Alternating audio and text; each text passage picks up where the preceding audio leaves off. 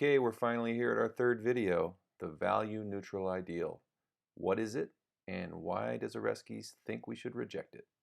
The basic ideal of value neutrality is this notion that scientists should just stick to the facts and keep their value judgments to themselves. When you go to the lab to do your scientific research, you're not a Democrat or a socialist or a communist. You are a scientist. You're interested in the impartial pursuit of knowledge and truth. You don't bring values to the lab with you. You keep those to yourself. So a basic philosophical notion that the ideal of value neutrality depends on is the so-called fact-value distinction.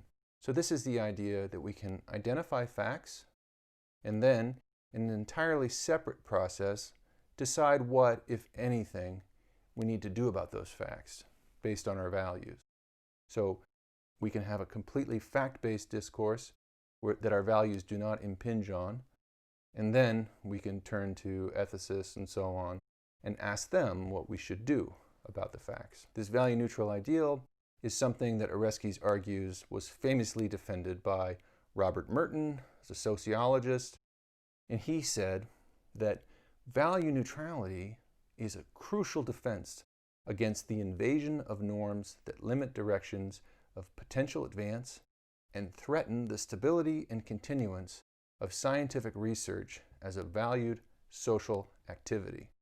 So that's an interesting definition, right? He refers already to scientific research as a valued social activity. So how is it value-free if the entire thing presupposes some kind of commitment to the value of science? I mean, the value of science is not itself a neutral judgment. You don't think that science has value from a neutral perspective. You think that science has value from the perspective of some kind of idea of a good society. Anyway, it's not an irrational thing to think. It makes sense to think that you could identify facts in a way that was sort of independent of our values. But it's not clear to Oreskes, and I tend to agree with her, that we can really isolate facts in a way that is perfectly independent from any of our values. So this idea that science is this impartial, fair, objective pursuit of the truth that is committed to nothing but the pursuit of the truth, it's a really hard idea to maintain in the face of reality. So Oreskes gives us basically three reasons that we should reject the value-free ideal as a kind of regulative ideal for science. She says, first of all, many people reject scientific findings because of their values. And she gives some examples. She says, think about evangelical Christians who reject evolution because they believe it contradicts with their religious commitments. So the consumers of science themselves accept or reject claims on the basis of their values. And Oreskes is saying, this is something that scientists and people who professionally communicate the results of science need to be thinking about. And the ideal of value neutrality isn't going to help us think about it clearly. Now, I just want to point out that in American leftist discourse, this idea that there's this huge swath of Christians who reject evolution because they see it as contradicting their Christian beliefs, there's a lot of good evidence that those claims have been grossly inflated because of the nature of scientific polls. So I just wanted to call back really quickly here to one of the first things that we read this term by Neil Levy. Remember, he talked about those polls being designed so that there was only a binary answer that you can give, yes or no. Well, a lot of the polls that supposedly reflect this huge number of Christians who don't believe in evolution are designed that way. There's a yes-no option. They can't give a nuanced answer, and so they tend to just say no, because the answer that they really have is more complicated than the poll would let them give. Another example that Oreskes gives is this very famous conflict between people who are committed to a kind of free market, libertarian form of government who reject climate science because it conflicts with their economic worldview.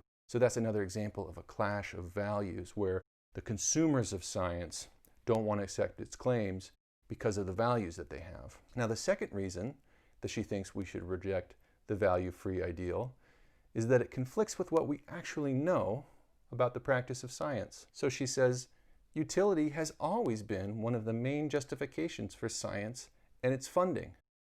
Warfare, medicine, technology.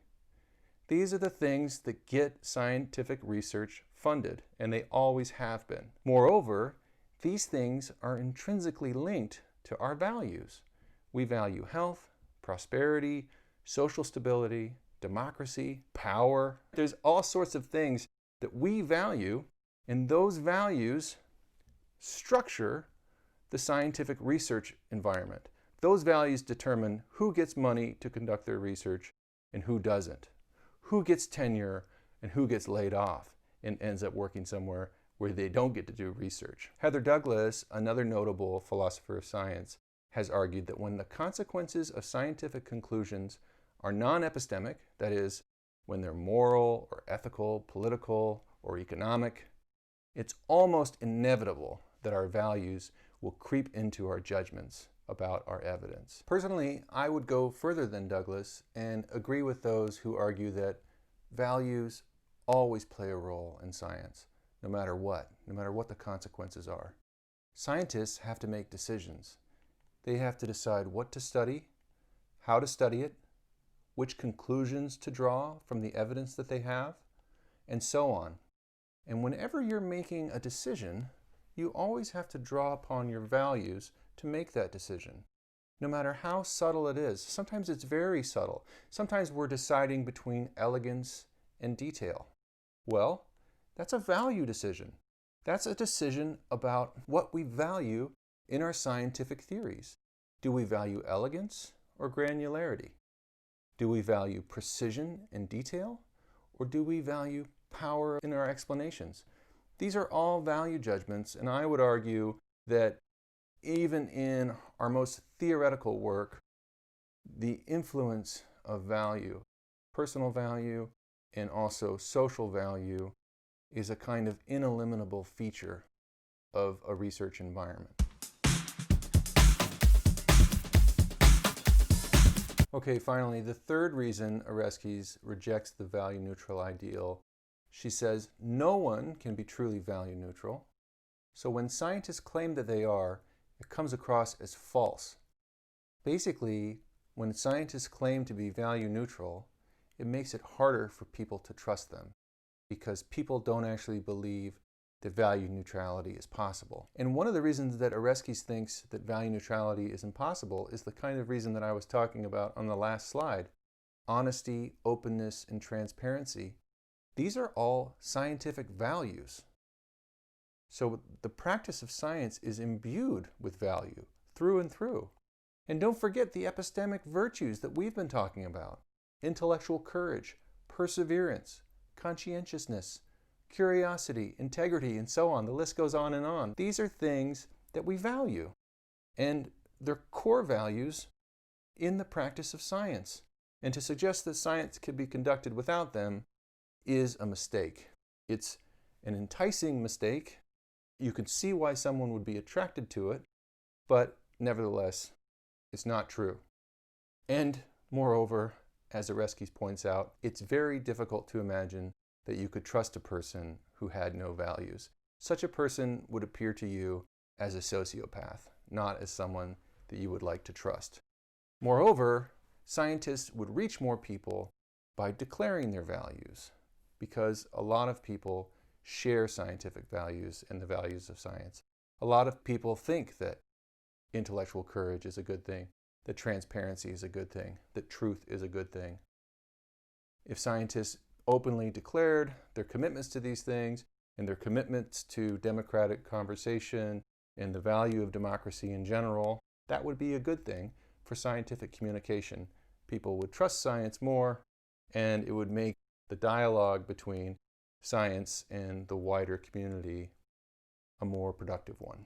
At least that's what Oreskes is arguing.